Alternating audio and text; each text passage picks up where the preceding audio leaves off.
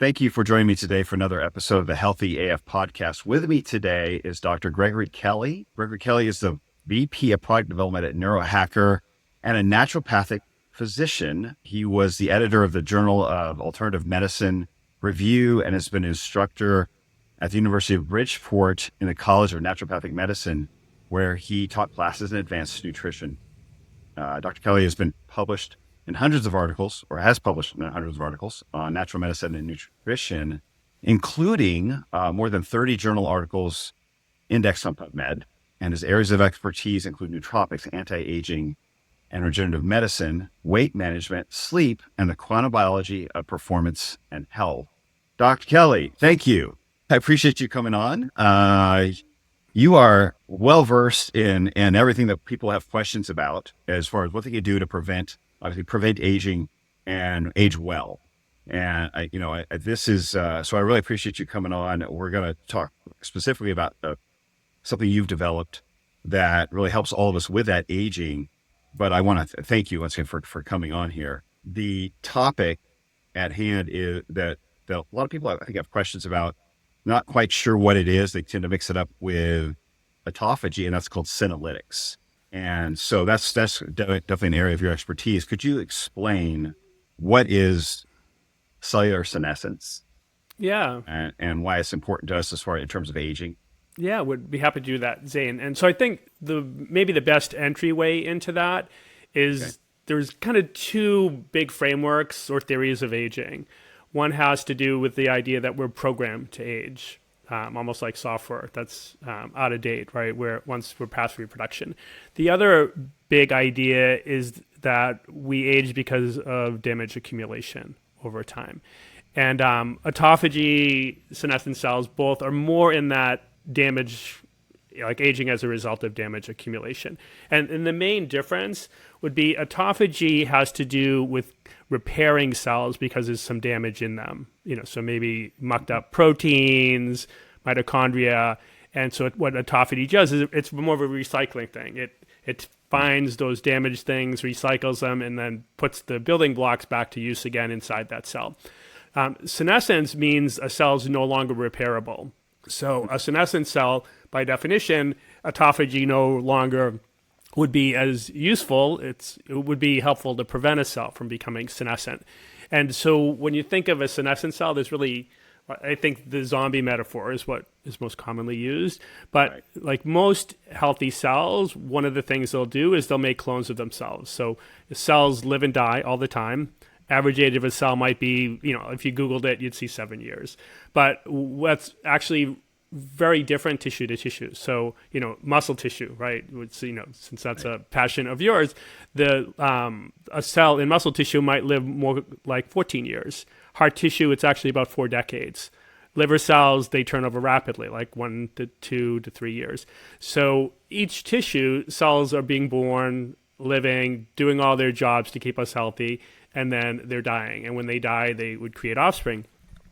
What happens with a senescent cell is since it's unrepairable, we don't want to make children of that or copies of that. Right. So a senescent cell is a cell that by definition has prevented from making copies. So it's not dead in the sense it's still there in the tissue, but it's not a living healthy cell in the sense that it's not able to create offspring. So because of that, it's in this nowhere land in between, which is one of the reasons for this idea of it being a zombie cell.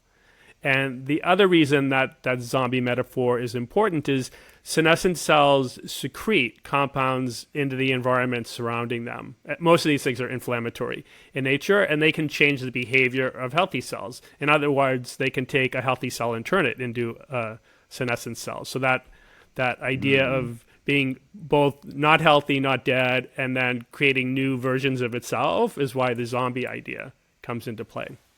I see. And so that would impact aging if it would continue that kind of spread its senescence. Yeah. When we were first, bringing a product to market, our head of marketing is an avid gardener, and so I was trying to explain it to her. And the image I gave her, which I think many listeners might get, is think of like a plant. All the leaves are green, crazy healthy. Now, for whatever reasons, 1 or 2 leaves are starting to yellow. some kind of a stress, whether it's, too much, too little water, too much sunlight, not enough nutrients, you name it, over time, if we don't do something to remove those yellow leaves, then the health of that whole plant will suffer. And when you think of senescent cells, think of it like in a tissue, like whether it's the brain or muscle tissues or fat tissues, where we're creating more and more yellow leaves as we get older. And because of that, that whole tissue starts to struggle. And a good gardener is going to come in and prune those yellow leaves away. And what we'll talk to later in the show, senolytics, are compounds we take that act a little bit like that gardener that helps us prune away the senescent cells. So what causes a cell to become senescent? That's a great question. And originally it was thought that senescent cells cells become senescent because of something called telomeres. And telomeres are the end caps on DNA. Each time a cell divides, so creates new offspring, some of the telomeres get stripped away. And at some point, that they're often thought of as like the shoelaces at the plastic things at the ends of your shoelaces. If those get worn away, then there's risk of, if we copy that cell, there'd be DNA damage. So historically, going back 40 years ago, it was thought that the reason cells became senescent was because of that, telomeres, and that's something that I would call replicative senescence. So that could be part of it. But anything that would cause DNA to potentially be in jeopardy of being poorly copied would cause a cell to be senescent. So DNA damage would be another example. And then in general, anything that would cause a cell to have so much damage that it's not repairable. So that's usually thought of as stress-induced premature senescence. So like way before the telomeres become a problem, the cell's been so stressed by something that it's damaged enough it can't be repaired. So senescence is, the thing that happens. Okay, so it's the aging of cells. So you can have a natural aging, Yep. even a healthy cell. So eventually you're going to become senescent, but there could be other factors, outside factors that damage the DNA or the zombie chemicals going out from the current ones or something like that, or stress, cortisol, whatever, that could just speed up the process essentially. Yeah. So and senescence, so if you think in terms of I often would this is my simple idea of how stress impacts a cell, but it would be almost similar to our whole body too, right? So at a certain level, stress is hormetic, right? Like it causes us to adapt, so you exercise wisely, you stress muscles, they get bigger and stronger. They become more resilient and better prepared to lift weights again. So same with cells, right? If they're stressed a small amount, they'll buff up their defenses. They'll get fitter, tougher. But if stress is more than that, they'll take on some damage, right? So, if the damage is repairable, they'll repair the DNA, they'll do autophagy to clean themselves up. But if stress is more than that, then either they become senescent or maybe it's so traumatic they just immediately die. And what a healthy cell does, in addition to that, like adapting, to stresses in its environment, at the end of its life cycle, it would go through what's called apoptosis. And apoptosis literally comes from a Greek word that means falling off, in the sense of a fruit or leaf falling off a tree, hence that idea of the yellowing leaves, right? And so another characteristic of senescent cells in the context of aging is they're cells that have figured out a way to avoid going through apoptosis. They literally don't fall out of our tissues, right? So when you think of senescent cells, for listeners, think of it as there's transient senescent cells and there's lingering ones. And the lingering ones are what matters for aging, these ones that are resisting going through this final stage of apoptosis.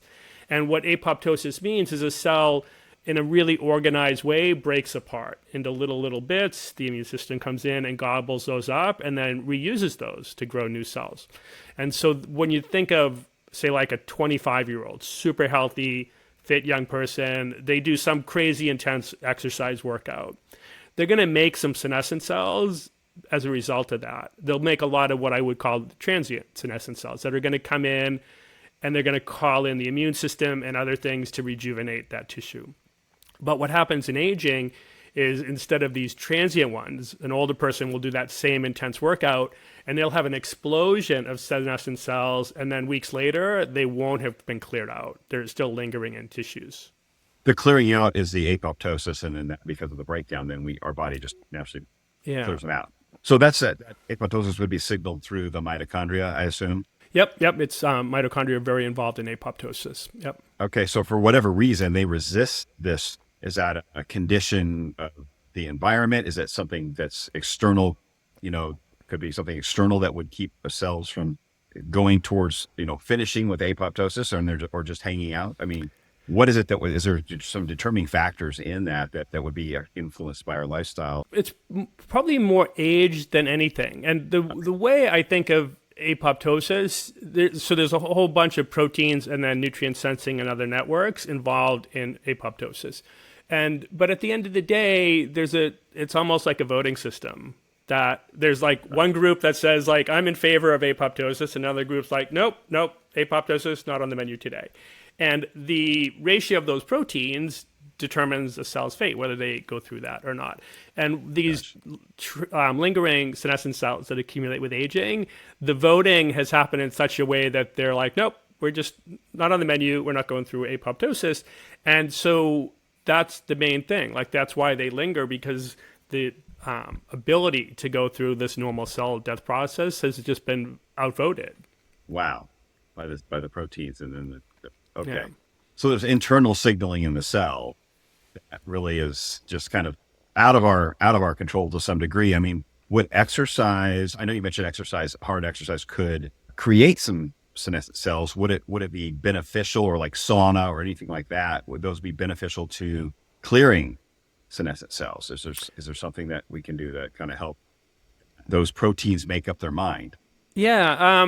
So cellular senescence, that idea, that concept, is many decades old. But the role in aging really dates to around 2010, 2011, and I'll get to that question after I get this brief history. Sure.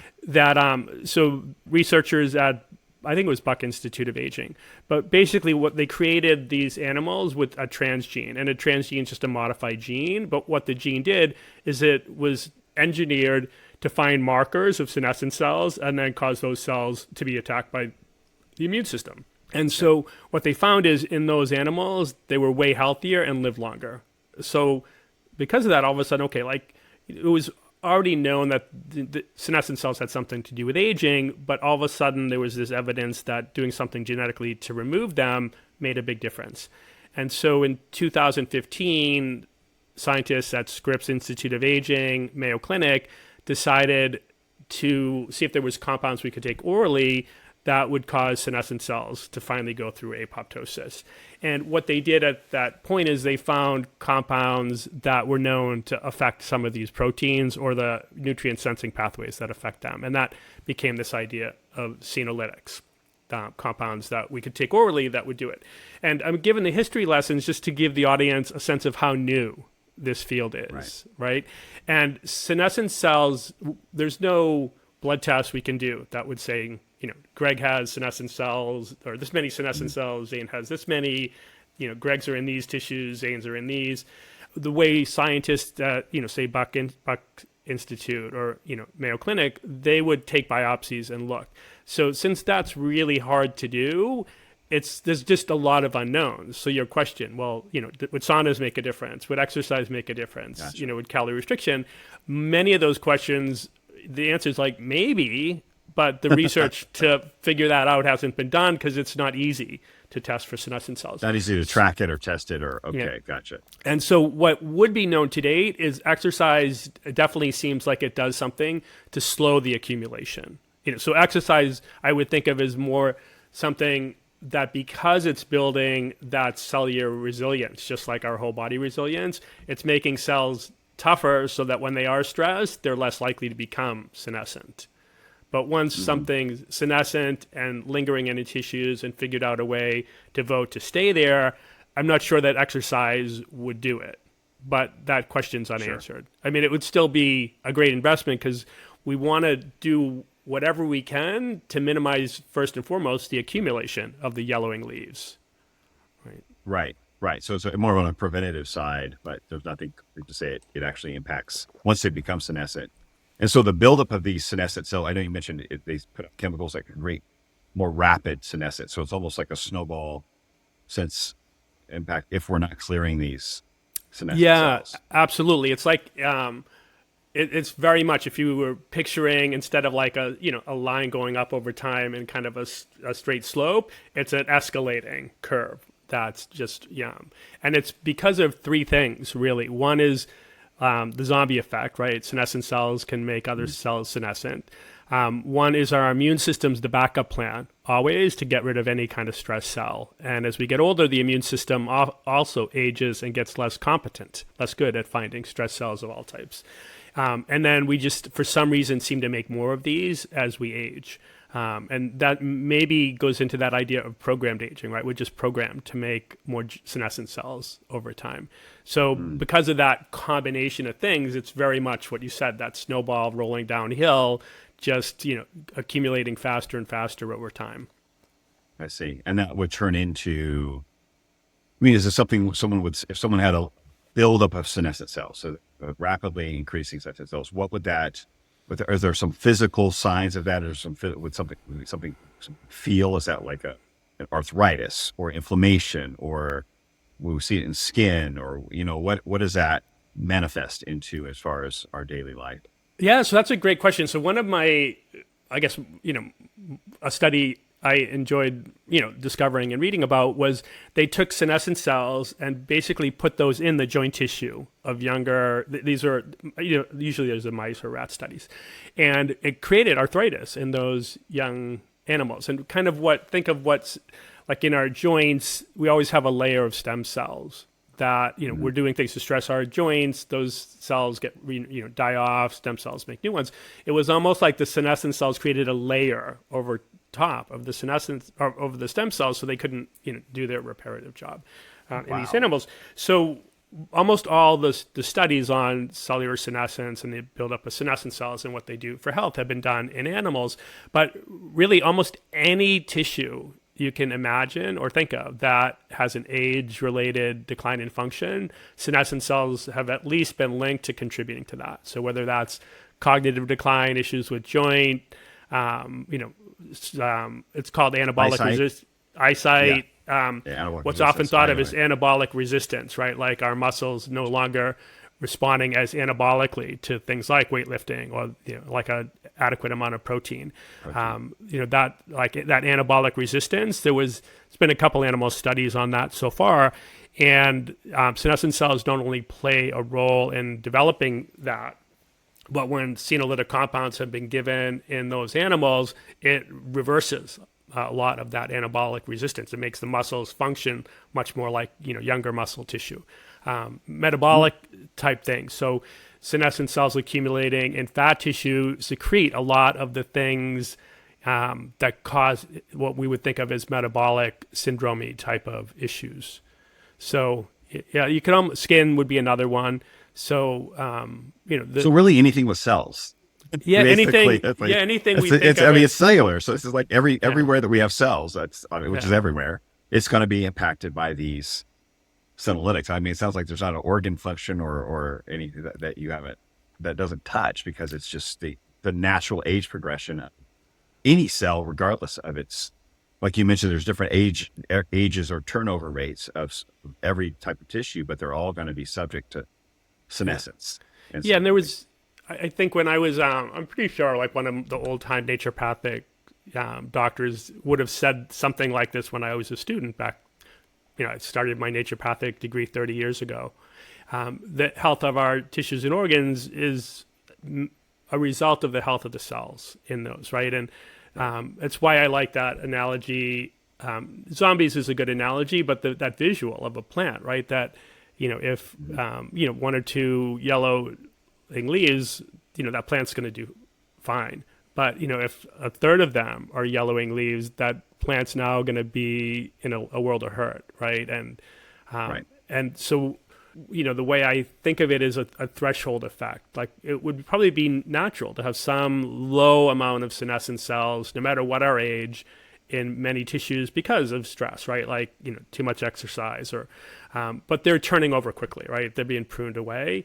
What happens with aging is that amount of them just accumulates so much, we're well over that threshold, and now that organ or tissue starts to struggle with its function. Gotcha. So how do these senolytic compounds work then? Because that seems to be what if we can't track exercise or sauna or all these other things that we like to try to, hormetic stressors we like to apply to ourselves, these compounds obviously have been shown to be effective. So how do they impact these senescent cells? Yeah. So the original two compounds identified by Mayo Clinic were a medication called dasatinib. It's an immunomodulator, hardcore drug, often used in some types of cancer, and then quercetin, which is a polyphenol, been used in supplements, my whole career. So, long before 30 years ago. And what they did at that point is they realized, okay, well, these cells are resisting apoptosis. Let's look at compounds we know that can take stress cells and cause them to go through apoptosis, to kind of like change the vote, so to speak. And then, let's test some of those things out. And of their original test, those two compounds were the ones that seemed specific to help senescent cells finally go through this natural, falling off or apoptosis process. But what they found out was that they weren't equal in all tissues. So quercetin wasn't active in fat tissue in the original Mayo experiments, but worked on immune cells, worked in endothelial cells, which are the cells that line our blood vessels. Dasatinib, the other thing, was actually active in fat tissue, but wasn't such a good senolytic in these other types of cells. So they, had the idea, well, let's just put them together and see if the two are additive or synergistic in a sense. And that stack, D and Q, is by far the most studied senolytic stack in animals. I would say, there's been a couple of human studies published so far, both on D and Q, and then, if there's, say there's been 300 animal studies, 200 and something have probably been, maybe not that many, because there's a few drug compounds as well. But what fundamentally they figured out at that point was it's all about these voting mechanisms in cells. Like they're specific, pro and anti-apoptotic proteins. There's the pathways that then essentially trigger who to vote for, like, gives cells, vote for this candidate instead of this one, right? And so something like quercetin, another polyphenol, fisetin, that Mayo found a couple years later was even a more versatile senolytic compound than quercetin, work on these nutrient sensing pathways. Some of the hardcore drugs go right to the voters or like those pro and anti-apoptotic proteins, which is a little bit, I think, like maybe more risk way of doing it than with, affecting, how cells are sensing the environment. A little too harsh. Yeah, for most people. And so the original and the polyphenol types of senolytics, so, quercetin, fisetin, luteolin, all work on certain nutrient sensing pathways that are basically telling us a cell something like, okay, the environment's looking like it's pretty impoverished. And that being the case, hanging around is probably not as good of an idea. Let's change the vote. Something along those lines. Gotcha. Right? And then the cell now finally lets go of resisting apoptosis and allows itself to finally go through that.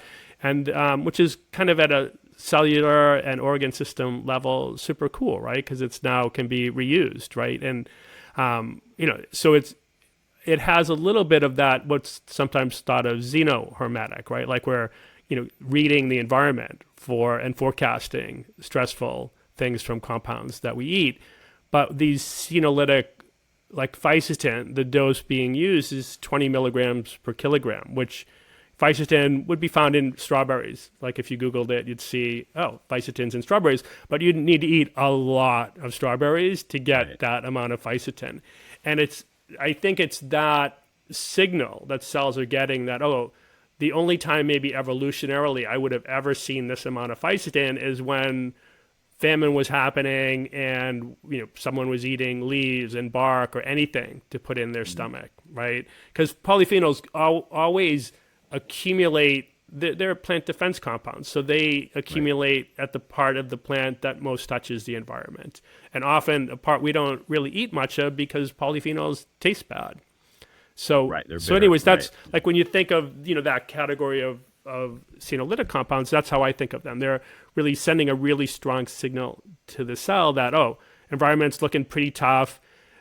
Let's get rid of the dead weight, and senescent cells are, part of that dead weight.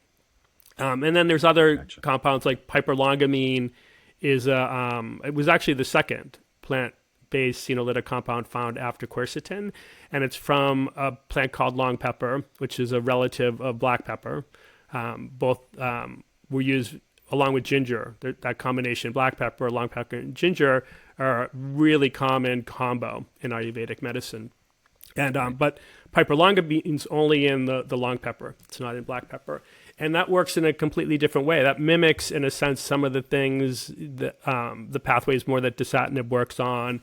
It works on another pathway. Like one of the things, once the cells become resistant or resisting apoptosis, as an example, autophagy now would be put to use to allow that cell to continue to like linger. Being able to quell oxidative stress, like put out, that would help that cell. And we often hear these things like like insulin resistance as an example, or apoptosis, autophagy, oxidative stress. What happens in the body? Those things are crazy tissue and cell type specific. So like autophagy, we would want in a healthy cell to repair it. We wouldn't want in a cell that's so stressed it's causing problems, if that makes sense. Sure. The same like, increasing our antioxidant defenses, we absolutely want that in healthy cells so they don't get stressed. But once the cell is already senescent, then it will put that to bad use, right? It'll use that to prevent going away. So piperlongamine works in like kind of a unique way with antioxidant defenses in cells. So anyways, what I think is super important that came out of that original Mayo work is that there can be senolytic compounds, and that doesn't mean that they're equally senolytic in all tissues. In fact, they may work in some and not in others. And that, maybe stacking different things together is the way to go. And so, that original D and Q stack, two ingredients with wildly different mechanism of action that tend to more broadly impact senescent cells in more organs and tissues in the body. So with the plant-based ones, I think that approach is even more important, stacking together a variety of these things with senolytic potential, because they don't all have the same potential in all tissues and organs, and they don't all share the same mechanisms. And if a cell's already resisting apoptosis, we probably want to, do a lot of things to get it to change its mind. Gotcha. Makes sense. So you have kind of a shotgun approach to several different tissues. So what, question here is like, what would cause these senolytics to have this impact on senescent cells, but not healthy cells? So is it just a dosing? Because I would think, they're gonna have the same signaling in every cell they come in contact with. They're not like looking for senescent cells. I assume you're not targeting. So they're going to go into all tissues, but it's only impacting the senescent cells. And I think it's like if like in that kind of hierarchy, right? Of like if the proteins that are the pro and anti-apoptotic, if a drug's affecting those directly, that's going to have more of an impact on a potentially healthy cell. But at the end of the day, maybe instead of, like say arbitrarily, you need to get 51% of the vote to go through apoptosis, and it's currently at, 48, 52, you move it just a little bit and you're good. Gotcha. Even the drug compounds aren't, all are not black and white, right? They're just changing some of the voting parameters, but that's a much more like strong thing with potential now to disrupt healthy cells. The way the polyphenols work, since they're on nutrient sensing, then they're just influencing the vote in a sense, right? They're taking information from the environment. And a cell that's not resisting apoptosis, which a healthy cell would be in that category, the nutrient sensing is not going to work the same way on that. Does that make sense? Mm-hmm.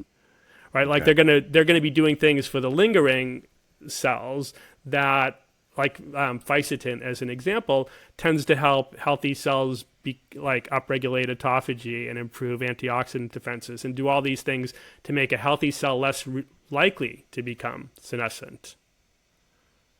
Right. Okay. So like you have to almost look, like it's going to toughen specific. It up, so to speak. Right. So to speak. So the healthy cells get toughened up.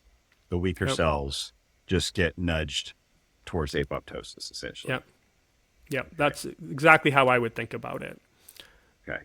And it's one of the things, like I tend to think of risk reward for most things. And it's why the plant-based ones, to me, like, lots of potential reward, really low risk, where the ones that are in studies currently, like there's no senolytic drug that's been approved, but those ones now the reward might still be high, but the risk starts to go up as well. Gotcha. Okay. Is there a certain way to use these, like a periodic? I mean, I saw when I used your product, it was it was a 10-day dose, and then you stop, which I thought was, or no, 2-day dose, not 10-day, 2-day dose of 6 tablets each day, and then and you stop. And so, this is interesting, because usually when you get a supplement, you're supposed to take 3 of them every day for, indefinitely. And so this is a very different approach than what your typical supplement would be. So could you kind of help us understand the approach there? Originally, going back to like that D and Q stack that Mayo and Scripps came up with, because the D part, right, hardcore immunomodulated drug, they weren't sure the risk reward, and decided, okay, well, maybe what we should do is what they have referred to as hit and run dosing, but think of it as intermittent dosing. Like, let's hit the cells really hard for a few days and then run away for a while before we do that again. And so that just got kind of baked in from the early days with D and Q, but it's been the way even something like fisetin has typically been used. And I think it's a really useful way to do it for one other reason. Like, they did it, I think, initially thinking safety as a paramount reason. But they also thought, okay, all we need to do is change the voting. We don't need to change the voting day after day after day. We just need to get the voters to change their mind once, right, for these cells to disrupt. And then let's give it time, and then do it again and see if we impact some other voters next time. And so it's not like like insulin, or if someone's taking hormone replacement, that you need to be kind of occupying those receptors, or doing that thing every day. All you're trying to do is disrupt something once, or get the cell to change its mind. And like a really useful way to think about responding to things in the environment is something, I think it's called Weber-Fechner law, whether you remember that or not. It was figured out in the 1800s, but the gist of it, and this had to do with hearing and vision, our senses, where it was figured it out. And the general idea is our senses don't respond to quantities of things. They respond to how quantities of things change. So, like an example, right, for listeners, imagine going into the darkest closet in your home right now, and complete dark, you light one candle, your eyes are going to notice a huge difference, right?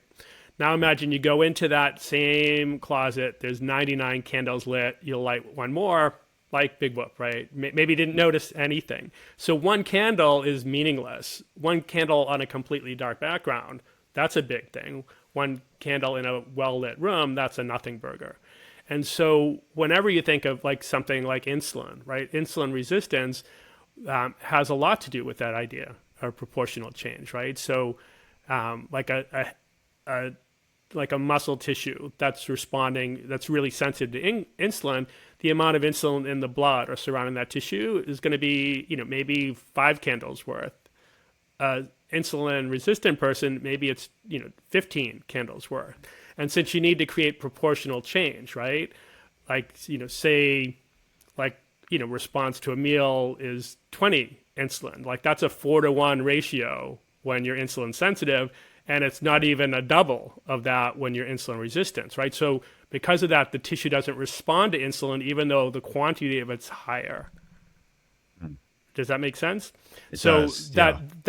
that idea of like it's the proportional change in things that matter, I think impacts every aspect of physiology, because receptors on cells are their ears and eyes, and I guarantee they respond to proportional change just like our senses, like our vision or our visual receptors, right?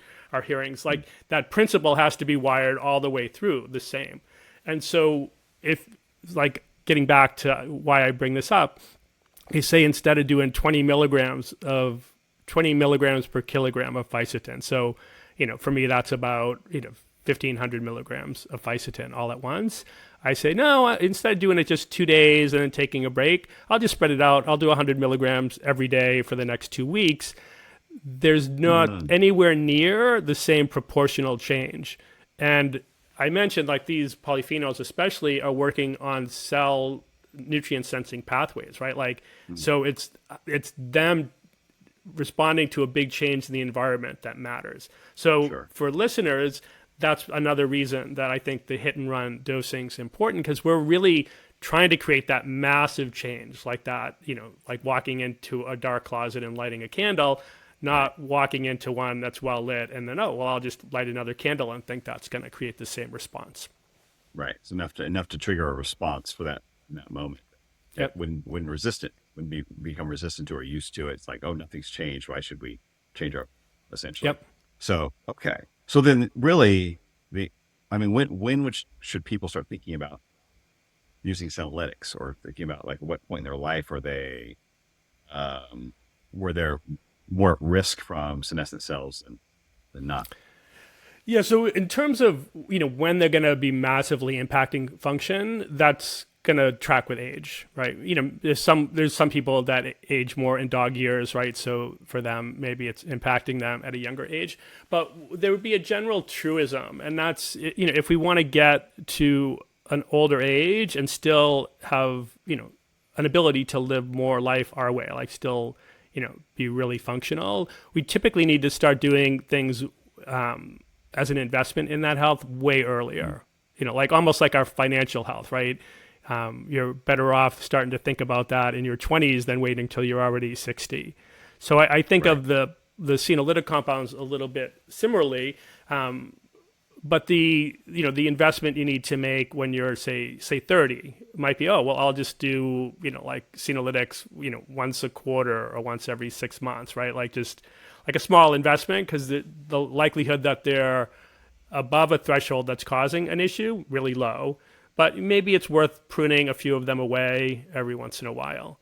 By the time some people are 40, they're already struggling with joints is common, right? Not most people, but some, right? They're already having some, arthritis-y type wear and tear issues. And, odds are senescent cells are at least contributing to that. So, at that point, makes sense. Okay, maybe more frequently, maybe, once a month, right? As a preventative thing.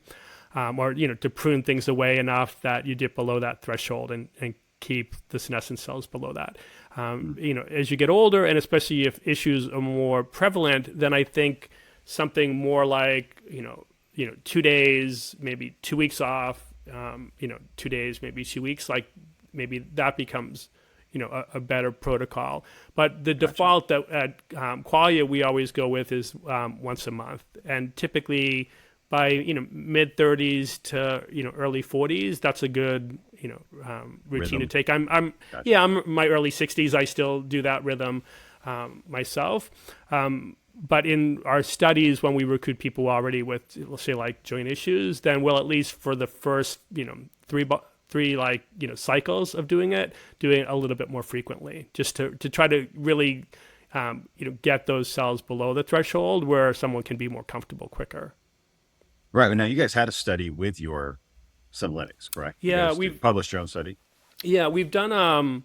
So at Qualia, we always do what we think of as a beta study before we launch a product, and so we make fairly complicated products, meaning we don't make single ingredient type things. So we want to make sure that whatever that formula is, one is tolerable, like people take it and it doesn't create any unwanted effects.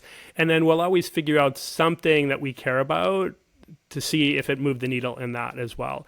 And so since senescent cells are so tied to joint function, and joint function is something that you can measure with the most widely used way to measure joint issues with age is questionnaires, WOMAC being one. There's another questionnaire called KOOS. And so, that's what we did. We, did a beta study, recruited people that scored moderately high already on WOMAC, and then had them do Qualia senolytic, 2 days, 12 days off, 2 days, 12 days off, and then a final thing at 2 days. And what we saw in that beta study was about a 65% improvement in the scores on that questionnaire, which is really solid over a 5-week time period. Oh, yeah. So then we then decide, okay, we'll move this forward as a product.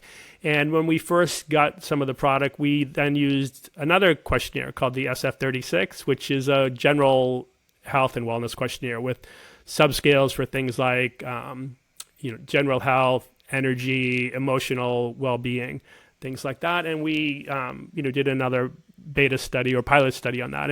And these are non-placebo controlled studies, the beta study I referred to. And it also did well on that SF36, especially with energy and emotional well-being. And the emotional well-being, a lot of issues with mood, for lack of a better way to describe it, are because our brain's creating inflammatory compounds, right? It's like that's a bit of it. Then we decided, okay, well, let's do a placebo-controlled study. We'll focus mainly on joints again and recruit people with that, but we'll use the SF36 almost as a secondary outcome. And then that placebo-controlled study, we again saw that about 65% improvement over the 3 different dosing cycles of quasi-senolytic. We saw self-rated energy increased by about 64%. In the placebo group, it was about 30%. So that one didn't quite meet statistical significance since it was a secondary endpoint. I think it was like 0.07 instead of like needing to be 0.05, but like a really strong signal. That and emotional well-being. So that, in the SF36, we've seen those areas improve. In joints, we've consistently seen big improvements pretty quickly. Okay. Well, that's great. I mean, joints is something we all will feel as we get older, especially even whether you're active or not, you're going to feel your joints. So that's amazing. In a placebo-controlled study, you actually had that kind of feedback. So what are you missing? Quercetin, you're missing the long pepper. What else is in your formulation that's kind of, you feel like so exciting? I remember seeing maybe an olive leaf of some sort. Is that right? Yeah. So there's most of the things are are standardized for polyphenols from that plant. So olive leaf, it's oleuropein is the polyphenol. I think it's a 40% extract that we use. But and we included that because so far the polyphenols in olive leaf look like they do 2 things. One, they're specific for chondrocytes. So those are our knee joint cells. So for that thing. And as I mentioned, one of my goals with the product was let's find compounds that have different tissue effects for senescent cells, right? And then there's also something called, usually they'll use xenomorphic as the term or xenostatic, but it's basically protecting the healthy cells from those inflammatory compounds that senescent cells give off so that they're not as likely to become senescent. And olive leaf polyphenols also did that. So they have those two effects, right? Like seems specific for these one type of cells. Maybe they do in other cells as well, but that seems to be the case. But then they help toughen up other cells and help them shield themselves from becoming senescent. We also have an ingredient that it's branded. So what that means is like a company that we would buy it from has typically a branded ingredient has a trademark name. So this ingredient is called Senactive. It's a proprietary blend of noto ginseng, which is a relative of the more famous, Korean or Panax ginseng. And then it has something called red chestnut rose extract in it. And that combination has actually been looked at for removing senescent cells from muscle tissue.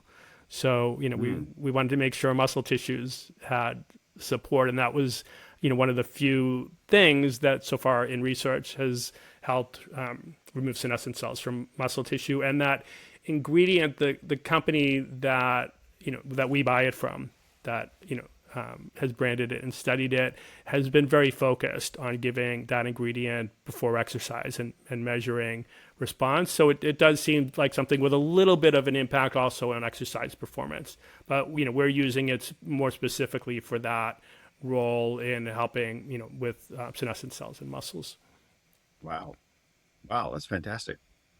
Yeah. Okay, so you found a way to hit all the tissues that you were after, basically with the variety of we use a turmeric called Longvita, and that was created by some neuroscientists. I think it was at UCLA, but one of the California universities, and it's not exclusively been studied for cognitive, but it was created originally as a more bioavailable curcumin that could get into the brain and nervous system and have an impact there. So, that's why we chose that form of turmeric. There's other good turmerics as well, but Longvita is one of the better ones and one of the, the few that have been studied for cognitive impact. So yeah, we when we put together, the blend of polyphenols, I wanted to make sure that we had things that shared different mechanisms and covered as many different tissues as we could.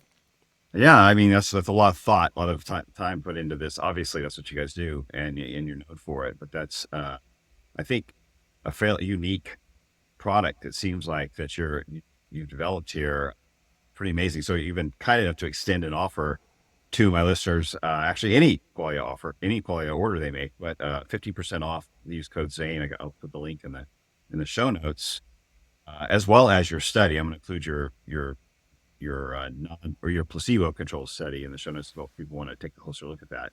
But that's quite, I mean, like I said, a lot of my listeners probably weren't familiar with the difference between autophagy and zombie cells and senescent cells and those things that are going on. So I appreciate the way you explained that and really broke that down for us, because it's hard to know with so much coming at us. We hear the influencer version of this, and so to hear from someone like you who's been in the field for 30 years or more, really more than 30 years like this, it's amazing.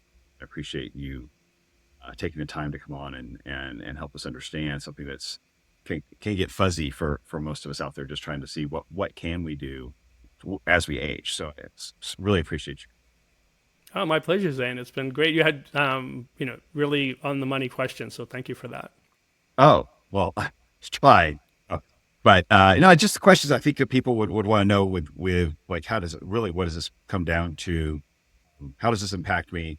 What is it doing that I'm not doing already? Which is like what I'm trying to do with exercise, what I'm trying to do with sauna, but we all need a little help. And I think like you said, the signaling through those polyphenols that many people don't realize you said it creates a stress response. That's great. We're all used to creating stress responses to healing or to making ourselves tougher. We don't think about a stress response that's making us cleanse those cells out as well. And that's really the product you've created, is helping us to basically clear those zombie cells from our system. So I think that's probably an aspect that most people don't realize. And as you said, it's fairly new science. Yeah, it's new science. And then that cleansing idea just reminded me of a fairly common question we get asked at Qualia. And that's like, oh, well, how are these detox? Like, how are they leaving the body? And they're not, right? Like, they're finally going through apoptosis, which is the cell just breaking apart, the immune system gobbling it up, and then reusing it.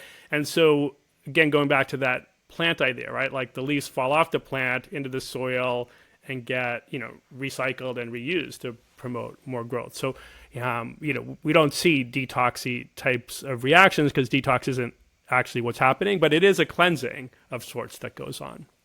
Okay. So it's like almost like a compost. Yeah. It goes back to, it's a breakdown. So that actually brings the great question. So like you just answered it. So no one's going to experience like a cleanse effect when they think about doing cleansing or doing a purge or something like that. That does not create this kind of effect. You're saying no, we don't. We see, pretty much the same in our study. We saw really the same amount of, what would be classically thought of as side effects in people taking the placebo and the Qualia senolytic, right? And they're always, like some small amount of people, when you take 6 capsules of anything, you'll have either GI, something will change, right. You'll feel a little headachy or, but right. we those I think of as nocebo, right? Because there's like really no reason for them other than, they commonly happen. So yeah, we don't see detoxy things. What, the capsules, as you'll probably remember from taking them, are really vivid yellow. And it's because luteolin, fisetin, quercetin, and curcumin, they're all yellowy plant pigments. And so, you'll, it's common to see your stool, change color the couple days after you do qualia, right. Things like that. But, yeah. but not an effect like an impact on the cleanse. Like you have, like after you have a Yeah. massage, sometimes you feel like a headache and you feel this purge and all this kind of thing, soreness. It's like there's not that Yeah. downstream impact. Okay. Yeah, we just haven't seen that because it's more it's not like, you're detoxing things, and eliminating from the Right. body. You're just recycling things You're that should have recycling. been recycled. In the course of a day, billions of cells are going through apoptosis, right? It's a natural cellular process. We're just finally getting some that should have, that didn't, finally going, You're adding to giving that an extra number. nudge. Yeah, you're Yeah. just nudging a few more in that Yeah. direction. Awesome. Well, thank you again. Again, that will be use code Zane. You get 15% off any quality order. Check out all of their line of products. Dr. Kelly, thank you so much for joining me. I really appreciate your time, and I look forward to digging into more of your products. My pleasure, Zane. Thanks again for having me.